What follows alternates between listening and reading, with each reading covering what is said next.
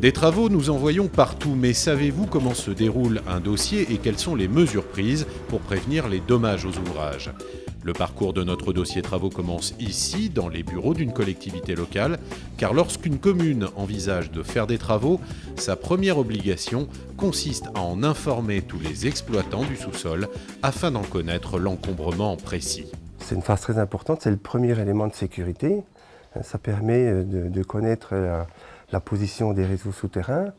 Et ça, ça permet aussi aux projeteurs à donner le maximum de renseignements déjà aux entreprises ou aux prestataires qui seront amenés plus tard à faire le travail. C'est la garantie de sécurité, mais avant tout, déjà, c'est de ne pas travailler pour rien et puis d'être sûr de donner des éléments assez précis pour avoir déjà des devis corrects et qui reflètent au plus juste la réalité.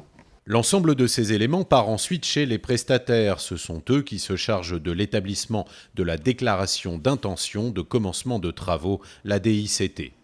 Prenons l'exemple d'une entreprise qui reçoit cette demande. Le conducteur de travaux ou le chef d'agence va créer sa DICT et l'envoyer. C'est la deuxième étape. On demande aux organismes, aux concessionnaires, s'ils sont concernés dans cette zone de travaux. Dans cette zone, avec le papier de DICT, je leur fournis un petit plan. Où est la zone de travaux? Avec le nom des rues, l'angle de certaines rues. Et on leur envoie ça.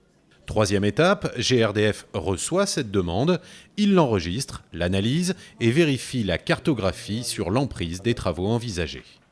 Le but, c'est de localiser des travaux de l'entreprise, de les localiser sur notre cartographie pour voir s'il est concerné ou pas par un de nos ouvrages.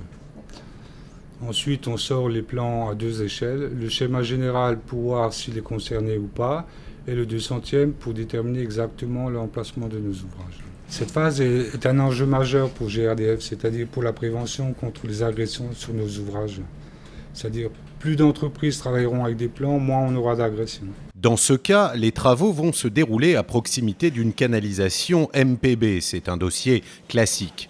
Une fois le dossier constitué et la DICT renseignée, GRDF le renvoie à l'entreprise. Elle pourra donc commencer ses travaux en toute sécurité. Mais même dans le cas d'un chantier jugé non sensible, il faut rester prudent car des imprévus sont toujours possibles. La carto, c'est très bien, mais il y a trop d'aléas. Il faut faire très attention, il faut travailler en sécurité. Donc on a toujours un terrassier qui prévient le pelleteur. L'objet de l'appel de ce matin de l'entreprise Socataire, ils sont tombés sur un branchement, a priori, où le plan qu'ils ont en leur possession, ils ont bien le réseau, ils ont bien l'organe de coupure dans le coffret enterré, mais ils n'ont pas la liaison entre le coffret de coupure et le réseau, parce que ce sont des réseaux qui ont été posés avant 2000, et sur les plans, nous avons effectivement le réseau, mais nous n'avons pas les branchements. La priorité absolue, c'est la sécurité sur le chantier. Donc on arrête le chantier, on contacte les exploitants pour que nos gens sur le chantier soient en toute sécurité en permanence. Et lorsque, comme ici, on découvre un branchement non répertorié, la consigne est claire, ne prendre aucun risque, pas de pelle mécanique mais des techniques douces, pioche à air ou pelle à main pour protéger l'ouvrage. Mais certains dossiers sont plus sensibles. Lors de travaux à proximité d'une canalisation MPC, une canalisation de gaz naturel névralgique pour GRDF, il faut être encore plus prudent. Une étape supplémentaire se rajoute donc au parcours du dossier. Lors d'une réponse d'une DRDCT, si l'entreprise par rapport à sa zone de travaux se trouve dans une zone dite sensible, il y a une procédure à suivre. C'est-à-dire que cette procédure consiste à créer un dossier sensible qui est ensuite validé par le chargé d'exploit, qui est transmis après au groupe opérationnel d'exploitation, qui prend contact avec l'entreprise et effectue des traçages pour la réalisation des travaux. Le dossier se dirige alors vers l'unité réseau gaz compétente sur le secteur géographique. L'URG contacte alors directement l'entreprise qui va faire les travaux et creuser le sol. Gaziers et ouvriers se retrouvent sur le site du futur chantier pour le parcourir ensemble. Objectif de la rencontre, matérialiser sur le sol la position présumée du réseau, vérifier les données de la cartographie et tous les affleurants, coffrets, bouches à clé, plaques.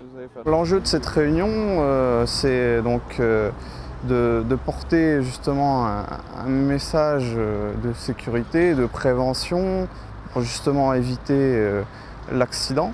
Donc en mettant en place tout un système de détection, de repérage, d'expliquer aussi aux gens des fois, parce que les plans, c'est pas toujours évident à comprendre. Donc c'est un accompagnement aussi sur le terrain. Chaque étape est nécessaire, aucune n'est anodine. La sécurité se construit tout au long de la chaîne et de la procédure. Chacun est responsable vis-à-vis des autres. GRDF opère d'ailleurs des contrôles surprises de chantiers en cours pour vérifier que le chef de chantier dispose bien des documents nécessaires au bon déroulement des travaux.